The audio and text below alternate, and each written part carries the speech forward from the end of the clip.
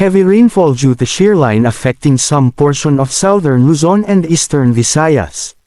Malalakas na pag-ulan ang nararanasan ng ilang bahagi ng southern Luzon at eastern Visayas dahil sa shear line. Maulap na panahon naman ang inaasahan sa malaking bahagi ng bansa dulot ng pinagsamang epekto ng amihan, shear line, at easterlies.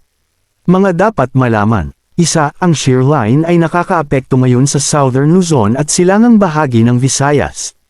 Makulimlim na panahon na may inaasahang kalat-kalat na pag-ulan at pailan-ilang pagkidlat at pagkulog ang inaasahan sa Visayas, Bicol Region, Mimaropa, at Quezon. May mga ilang lugar na nakakaranas ng mga malalakas na mga pag-ulan na maaring magdulot ng mga pagbaha at pagguho ng lupa.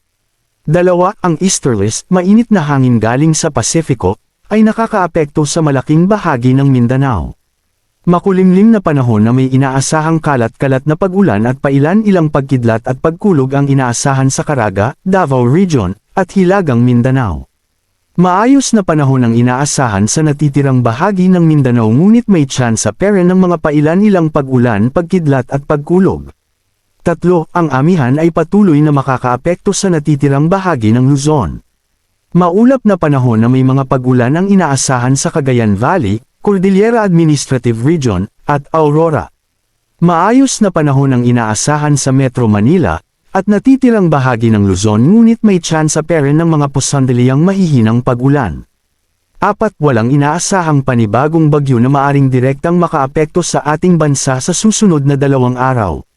Sa huling update ng Southern Luzon, nakataas ngayong tanghali ng Linggo ang Red Heavy Rainfall Warning sa mga lalawigan ng Albay at Northern Samar bunsod ng pag-ulan na dala ng shear line, o ang lugar kung saan nagtatagpo ang mainit na easterlies at malamig na northeasterlies, na nagiging dahilan ng pagkabuo ng mga ulap na maaaring magbagsak ng ulan.